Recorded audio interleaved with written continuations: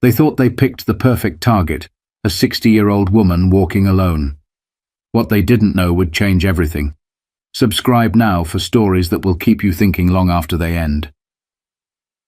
Deborah adjusted the strap of her handbag as she stepped out of her friend's house. The night air in Lansing, Michigan was cool, still. She didn't mind it though. Deborah had always liked walking. At 60, her stride was deliberate, steady, with that dignified air of someone who'd spent a lifetime holding her head high. The streetlights flickered above her as she turned onto Grove Avenue. It was quiet this time of evening. Too quiet. She noticed the lack of sound as her heels clicked softly against the pavement.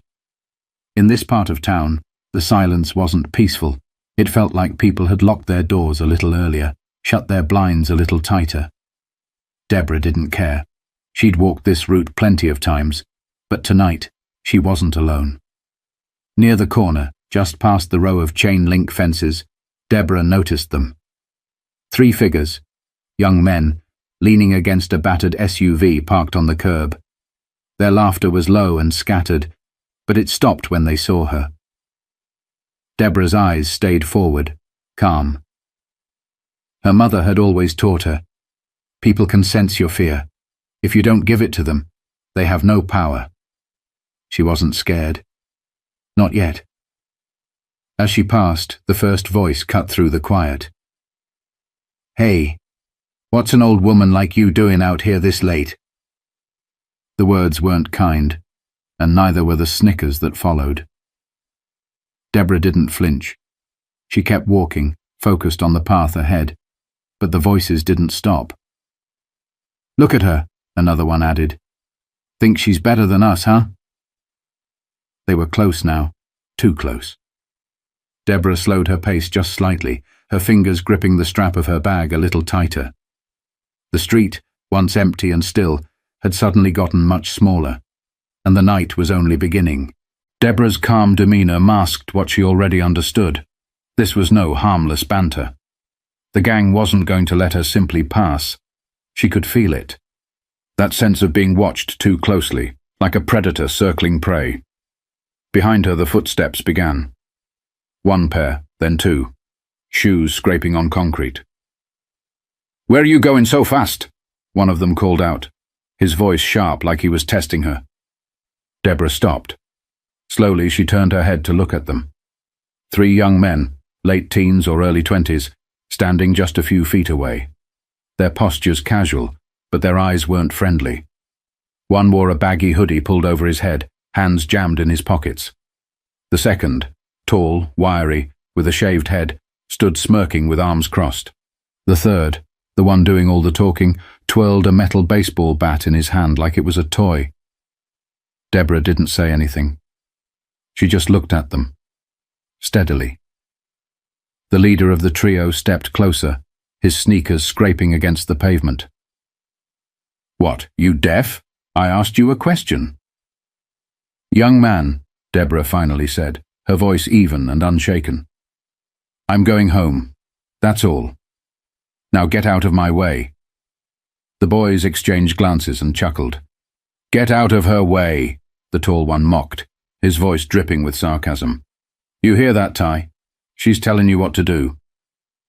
The one with the bat, Ty, grinned, revealing crooked teeth. "You don't get it, do you?"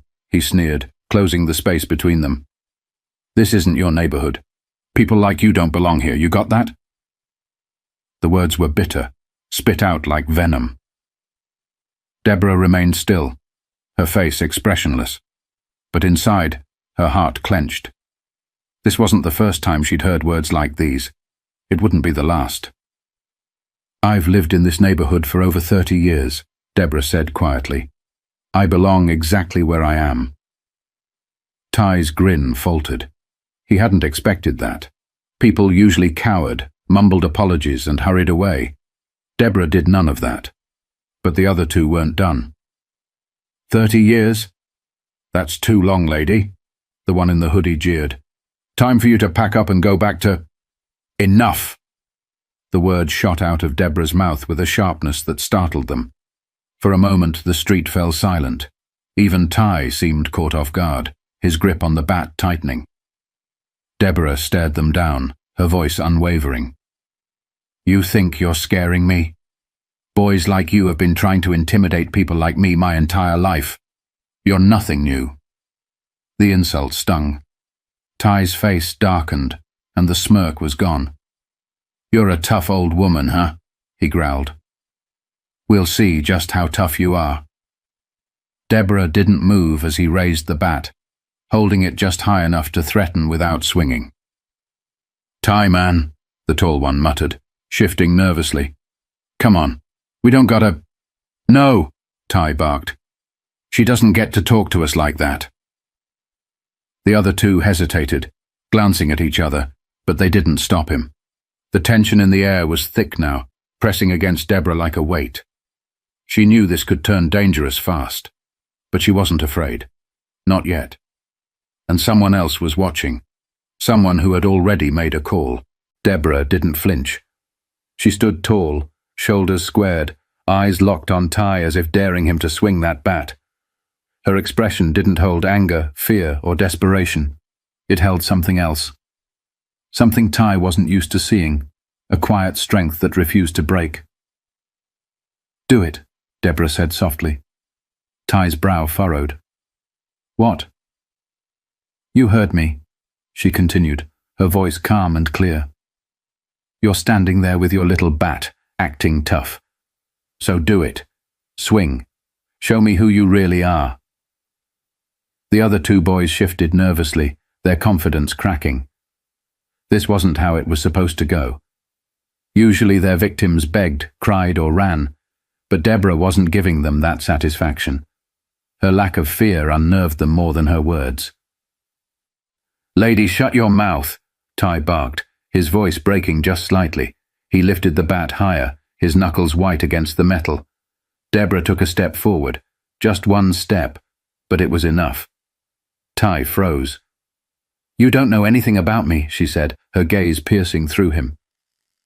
"You look at me and see someone weak, someone you think you can push around because you've convinced yourself you've got power." She paused. "But let me tell you something, son. Real power doesn't come from a bat or a gang. It comes from being a man who's better than this nonsense." Ty's jaw clenched. For the first time, he looked unsure of himself. The words hit like stones, direct and hard. "Shut up," he snapped, though his voice wavered. "Or what?"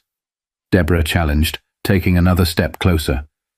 "You gonna hit a 60-year-old woman in the middle of a street? That make you feel like a man?" The streetlight above them buzzed faintly, casting long shadows on the pavement. The two other boys now stood back, watching Ty like they weren't so sure he was in charge anymore. "Let's go, man," the one in the hoodie muttered under his breath. "She ain't worth it." "She's testing you, Ty," the taller one added cautiously. "This is stupid." But Ty didn't back down. His pride wouldn't let him. Instead, he spat on the ground near Deborah's shoes. "People like you always think you can walk around here like you own the place," he hissed. Deborah tilted her head. "You keep saying, 'people like me.' You don't even know who I am, boy. Not a clue." That was when it happened. A faint sound in the distance. Sirens. It wasn't loud yet, just a faint cry growing steadily closer, but everyone heard it. Ty looked up, startled, his grip on the bat loosening slightly. The other two straightened, their nervous glances darting down the street. "Who called them?" The boy in the hoodie whispered. "Who's watching?" Deborah smiled faintly. "Someone who knows the difference between right and wrong." Ty's face was red now, flustered and angry. The control he thought he had over the situation was slipping, and he knew it. You think you're so smart," he stammered, but the confidence was gone. The bat lowered to his side. Deborah took another step toward him, this time closing the gap between them completely. Her voice dropped, low and firm. "Let me tell you something, Ty, because I do know your name. You're better than this. You and your little friends here think you're strong, think you're men. But you're just scared boys playing a dangerous game you don't even understand. Ty blinked, the words landing harder than any blow ever could. And let me tell you something else, Deborah added. You're lucky tonight. Lucky that you didn't swing that bat. Because if you had, you wouldn't have just been answering to me. You'd be answering to every person in this community who knows my name. Man, she's bluffing, the taller boy muttered, though he didn't sound convinced. The sirens grew louder, flashing lights now flickering faintly against the houses in the distance. Ty's grip slackened completely. He glanced at his friends, panic creeping into his expression. "Let's get out of here," he growled. But Deborah didn't step aside. "You'll be back," she said simply, "because that's what boys like you do. But next time, you might want to think about whose path you're crossing." The gang hesitated for just a moment longer, like they weren't sure if they should stand their ground or run. Then Ty turned sharply, shoving the bat under his arm. "Come on," he barked. The three of them scattered down the street, their voices fading into the distance as the sirens finally reached the edge of the block. Deborah stood still, watching them go. Her heartbeat, which had been steady throughout the encounter, quickened slightly now that the immediate danger had passed. She allowed herself a small breath. The police car rolled up slowly, headlights bright. "Ma'am, are you all right?" Deborah turned, the calm still settled in her features. "I'm fine. Just some boys who need to learn a lesson." But for the gang, the lesson was only beginning. And for Deborah, the night wasn't quite over. The police car idled at the curb, its headlights slicing through the night. Two officers stepped out, their expressions wary as they approached Deborah. One was middle-aged, his uniform crisp and demeanor professional, while the other, a younger recruit, trailed slightly behind.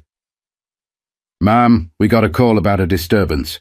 A neighbor said they saw some guys harassing you," the older officer said. His tone was polite, but Deborah could see the way his eyes scanned her, making sure she was unhurt.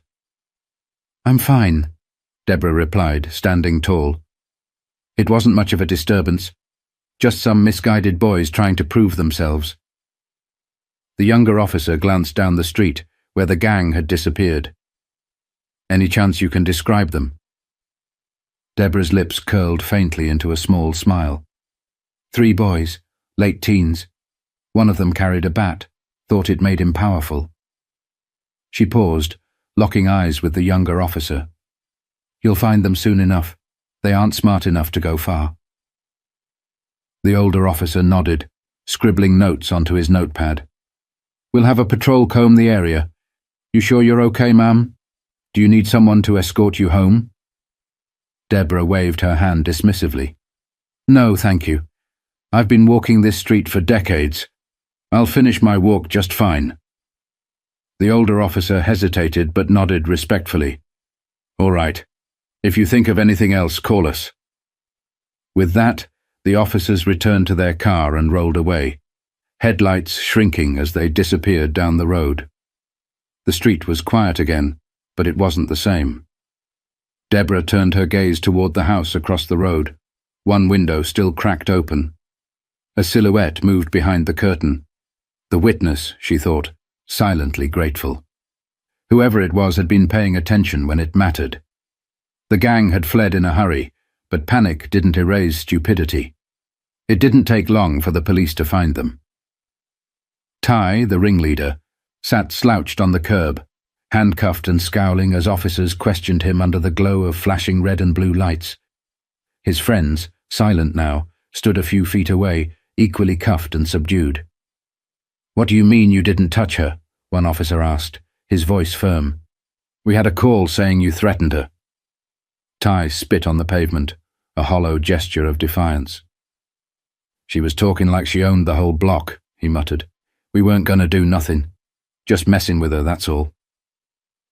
"Threatening someone with a bat isn't just messing," the officer shot back, his patience thinning.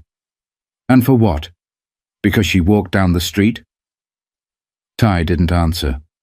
His gaze burned holes into the pavement. He was angry. Angry that the night hadn't gone the way he thought it would.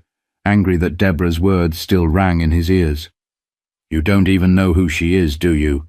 the officer pressed. Ty looked up sharply, confused. "What are you talking about?" The officer smirked faintly, shaking his head. "That woman's name is Deborah Owens. Does that ring any bells for you?" Ty's face remained blank. The officer leaned in slightly. "Her son, Michael Owens. He's the man running half the outreach programs in this district. Youth rehabilitation, education support, food drives. You name it, he's behind it. Your buddy in the hoodie there? If his little brother ever needed school supplies, odds are Deborah's son helped him out." Ty blinked, suddenly speechless. The tall one, who hadn't spoken much earlier, shifted uneasily. "Wait, she's that lady?" "That's right," the officer replied, "and you just tried to intimidate a woman who's done more for this neighborhood than you'll ever do." Ty's scowl faltered, the weight of the words landing on him like bricks. He had no idea. None of them did. Meanwhile, Deborah was almost home. Her pace remained steady, but her mind wandered. She wasn't surprised by the boy's ignorance. Prejudice had always blinded people to the truth, to who others really were. As she approached her front porch, her neighbor, Mrs. Langston, a white woman in her 70s, peeked through her doorway, concern etched on her face. "Deborah, are you all right?" Deborah offered her a small smile. "I'm fine, Helen. Just some kids acting foolish." "I called the police," Mrs. Langston admitted nervously. "I didn't know what else to do." Deborah nodded. "Thank you. You did the right thing." Mrs. Langston looked down, shame flickering across her features. "It's awful, Deborah. They don't know you. Don't know what you've done for all of us." Deborah's smile softened. "That's the problem, Helen. People see what they want to see. But you can't fix ignorance with anger. You fix it by showing people who you really are." Mrs. Langston stared at her for a moment, then nodded faintly. "You're a better woman than most, Deborah. Better than me." Deborah turned back toward her door. "Not better, Helen. Just different." She stepped inside, closing the door behind her. But outside, the truth was already starting to spread, and the gang had no idea how much they were about to learn. Ty sat in the back of the police car, his face turned toward the window, eyes fixed on the streetlights flashing past. His anger had fizzled out, replaced by something heavier. Shame. He hadn't known. He should have known. The officer driving the car hadn't said much, but his words earlier still echoed in Ty's head.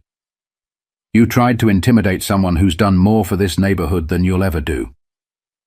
The other two boys were in a separate car, being taken down to the station. For now, Ty was alone with his thoughts, and they were relentless. He replayed the scene in his mind. Deborah's steady gaze, her fearless voice, the way she stepped toward him instead of backing down. She hadn't flinched. Not once. He couldn't understand it, why someone like her wouldn't be afraid. And then the name. Deborah Owens.